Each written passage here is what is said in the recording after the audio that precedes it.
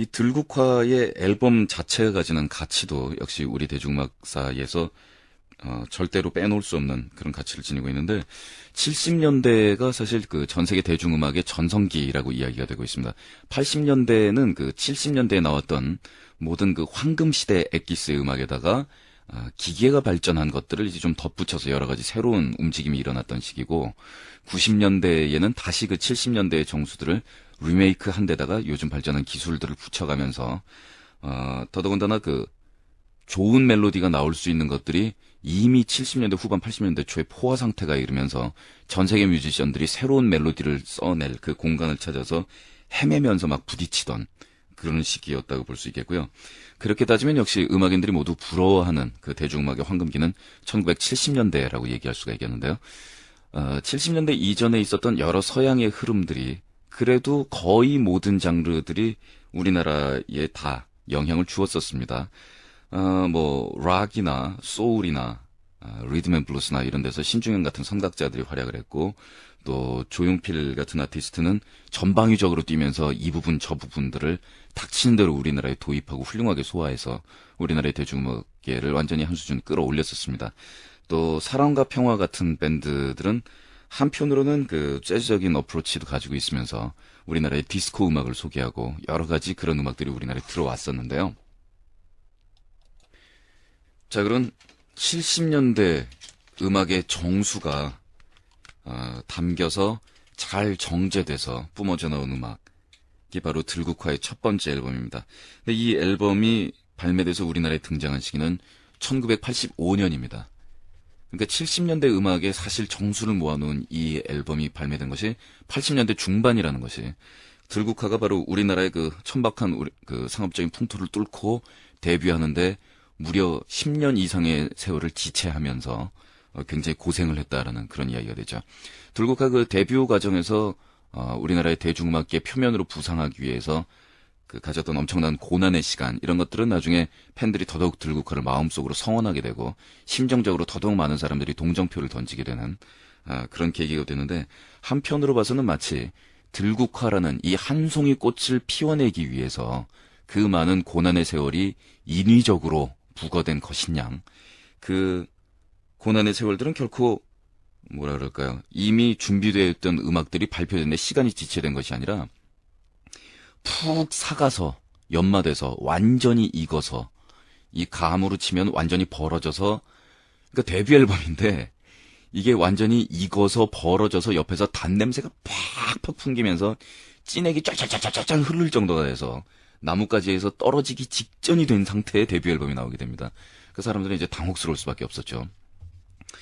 또 밴드의 두 사람의 축, 최성원과 전인권이라는 두 사람의 축이 존재하고 있었다는 데서 그 이후에 전인권의 앨범과는 또 다른 그런 의미를 가지게 됩니다. 최성원의 깔끔한 포스트 프로덕션에 대한 프로듀서로서의 솜씨와 또 본인이 가지고 있는 부드러운 목소리와 서정성 이런 것들이 전인권의 그 터프함과 야성적인 원초적인 부분을 부드럽게 감싸면서 정말로 완벽한 그림을 만들어내게 되고 지금 들어보면은 사운드에서 촌스럽다라고 지적할 수 있는 부분에 대해서 물론 그런 부분이 있습니다. 어느 음악이든지 세월이 20년 정도가 지나고 나면 그런 부분을 찾을 수 있게 되는데 문제는 그래도 상관이 없다라는 상태가 된다라는 거죠. 지금 들어서 뭐가 촌스럽던 간에 뭔 상관이냐. 음악 자체가 너무나 훌륭하기 때문에 절대 단점으로 작용하지 않는 그런 요소가 됩니다.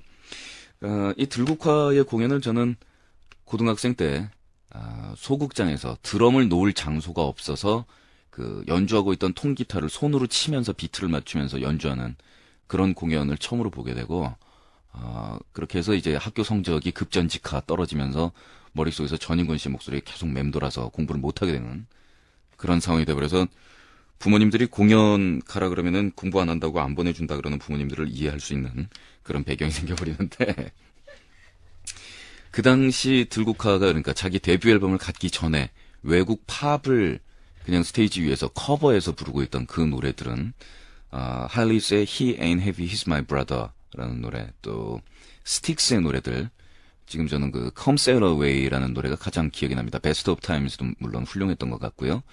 또 For the Peace of All Mankind라든가 하긴 이 70년대 우리나라 대중들이 사랑하고 좋아했던 명곡 중에 명곡이라는 것들은 다 불렀는데 이글스, 비틀스, 뭐, 모든 것들이 다 포함이 되어 있었습니다. 근데 참, 지금도 그렇습니다만, 외국 팝의 명곡을 우리나라 밴드가 커버를 했을 때, 원곡보다 낫지 않느냐, 라고 이야기할 수 있는 그런 경우는 들국화가 거의 유일하지 않나 싶습니다.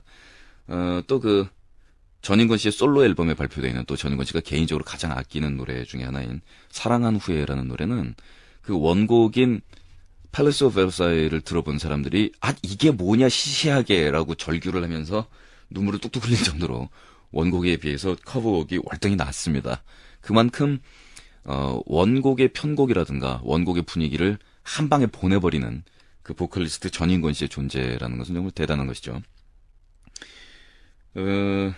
이 전인권 씨의 노래를 흉내내거나 따라 연습하는 후배들을 보면은 저는 일단 말리고 봅니다.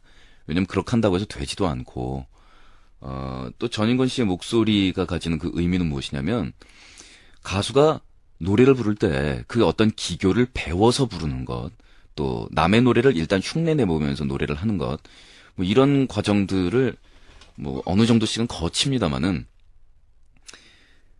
이 예술이나 음악이나 이런 모든 것들이 우리가 살고 있는 일상 주변의 모든 삶의 기쁨, 슬픔, 뭐 그 안에 단맛, 신맛, 짠맛 이런 것들을 표현하는 것이라고 볼 때 전인권 씨 목소리는 그 본인의 인생관이라든가 삶의 태도라든가 이런 것들이 목소리에 묻어나오고 또 그 솔직한 표현에서 사람들이 노래를 들을 때 이 사람은 이런 식으로 삶을 살 것 같아. 이 사람은 혹시 이런 식의 삶을 사는 사람이 아닐까 하고 상상을 해보는 그 그림이 너무나 맞아 떨어진다는 것이죠. 그리고 그 느낌은 바로 그것만이 내 세상이라는 그 가사 안에 그대로 직설적으로 표현이 되어 있습니다. 이렇게 보면은 딴 거 신경 안 쓰고 난 몰라 노래학과 이러고 사는 것 같은 그런 느낌이 정말로 들잖아요, 목소리에서.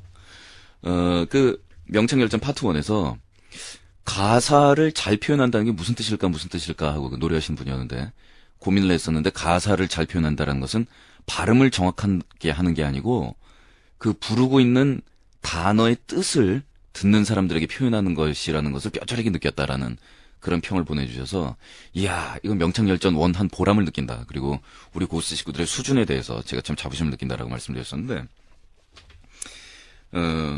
자신의 삶과 자신의 생각을 표현하는 게 이 가수의 목소리라고 할 적에 가장 적나라하게 자신을 그냥 빨가벗고 드러내버리는 그러면서도 이 전인권 씨는 참 대단합니다.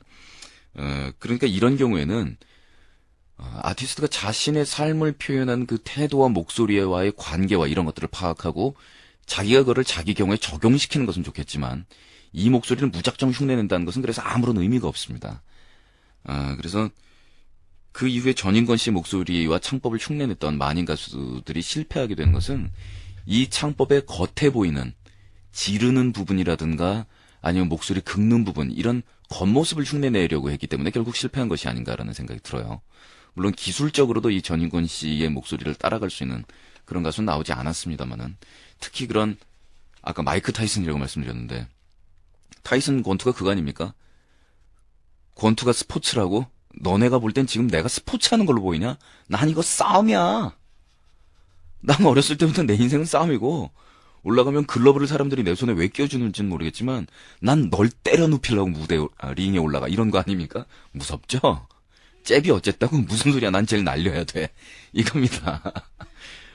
그래서 타이슨이라고 말씀드렸습니다. 전인권 씨 목소리 이렇게 무대에 올라가서 부르고 있으면 그냥 이게 자기가 존재하는 이유고 삶이고 뭐 그런 거지 뭐 노래가 삑사리가 났든 무슨 상관입니까?